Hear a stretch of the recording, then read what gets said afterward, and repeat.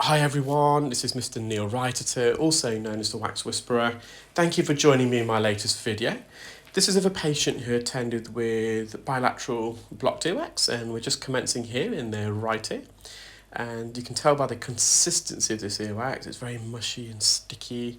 It's probably the more difficult type of wax to remove because quite often you prefer the wax being firmer, so when you get a suction grip it comes out in big lumps. Here you just have to be patient and you have to just work yourself through the ear canal. So we're just at the entrance here, and slowly but surely we're going to remove some of this soft sticky wax, and we're going to clear the entrance so we can remove the more deeper wax. Now the patient is a hearing aid wearer, and they have to have their ears cleaned on a regular basis, or say yearly, if not slightly more frequently. And that's not always uncommon with hearing aid wearers. So people who wear hearing aids, not to say that you are definitely going to be experiencing a wax impaction if you wear hearing aids, but you're more likely to than someone who doesn't wear a hearing aid. And that's because a hearing aid can inadvertently also act like a cotton bud or a Q-tip. It's pushing the wax further in because it sits in the ear. And fortunately, hearing aids do have a wax protection system. It's called a wax trap or wax guard, and it sits at the end of the meatal tip. So the meatal tip, the term meatus is a medical term for ear canal, and the meatal tip of a hearing aid is a portion that sits inside the ear canal. And at the tip of that, to the distal tip, there's a little wax protection system. It's like a tennis racket head or a sieve or a gauze, and it just stops wax from entering the internal mechanics and electronics of the hearing aid.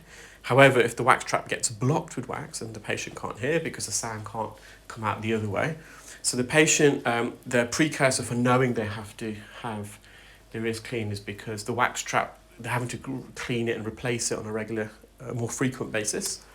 And also the hearing aid was whistling. So hearing aids amplify sound into the ear, and that sound, it hits the wax and it reflects back out if there's earwax, and that amplified sound re-enters the hearing aid microphone, so the hearing aid re-amplifies a sound that it's already amplified. And then once again, that amplified sound enters the ear, reflects back out of the ear because it hits the wax and it's bounced back out. And once again, that already twice re-amplified sound is entering the hearing aid microphone, so the hearing aid amplifies it for a third time.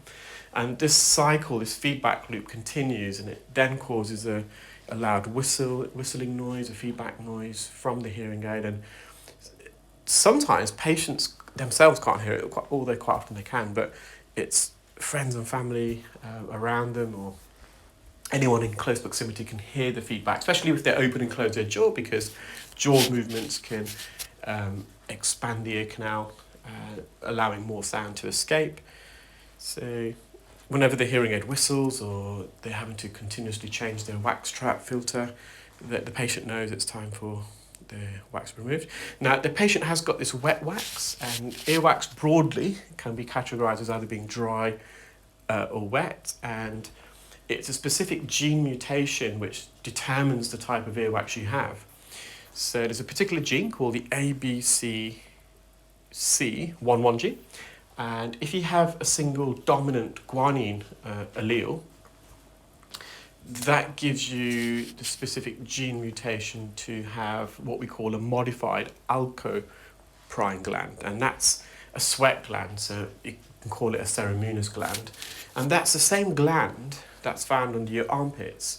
So if you do have sweaty armpits when you're undertaking physical activities and exercise, that means you've got that specific gene mutation, which means that if you do suffer from earwax impaction, it's a wet type of wax because it's an oily sweat that combines with the dry skin and the sebum, the ceremunous, the sebaceous glands, which is also found in the ear, and that secretes a substance called sebum. It's the same oily, fatty secretion that's found on our scalp.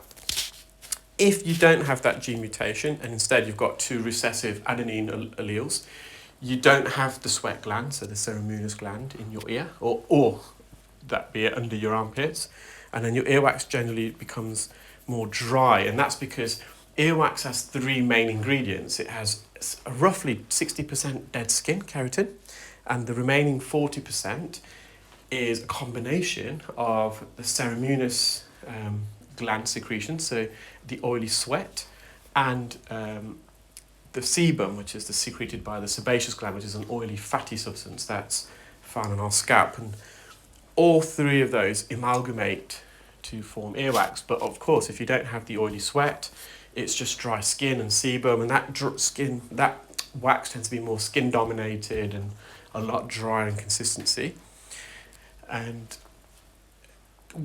whether you have dry or earwax, as I said, it's genetically determined, but there is a cultural background there, so you're more likely to have the genetic mutation for wet earwax if your ancestry or yourself originate from Western Europe or from Africa, and you're more likely to have dry earwax if you originate or have ancestry in the Far East or the North Americas.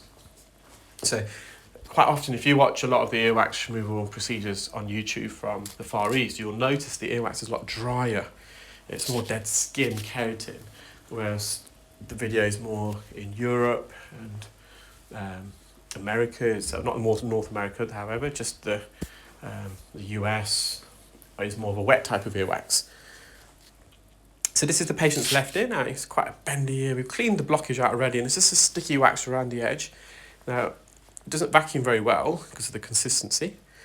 That's what I do prefer. Well, not prefer, but it's easier and therefore more challenging removing this type of wax. But it's easier if the wax is a bit firmer and drier because you just suction it and it comes out in big lobs. Here it's sticky, it can block the suction tube, it adheres itself to the canal wall, and we don't want to. So quite often people ask why we don't just clean all this surface wax of the ear and with a scoop, etc. And that's because we're going to be careful, because it's, especially in the inner 2/3 of the ear canal, that's a sensitive part of the ear canal. If anyone's had their ears cleaned before, they would know, and if anyone's made contact within the ear canal on the bony part, they would know it's really uncomfortable.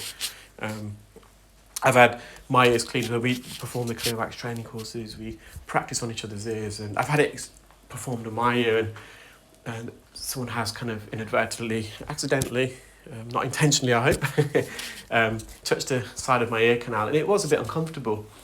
And so we always want to be cautious. We want to make sure we're not inflicting any discomfort. Now, with the ear itself, the outer third, the cartilaginous portion, that's a region of the ear canal where you can make contact and you can put a bit more pressure on, just like I'm here, and that's because it's made of cartilage, and the skin that lines the cartilaginous portion is a lot thicker. It's around 1 millimeters in thickness, whereas the inner 2/3 of the ear canal, it's made up of bone and a very thin layer of skin, less than 0.1 millimeters in thickness, that's directly attached to the bony part of the ear canal, which making it very sensitive indeed. Well, I hope you enjoyed that video, guys. Keep well, take care, and remember, be nice and be kind. Bye.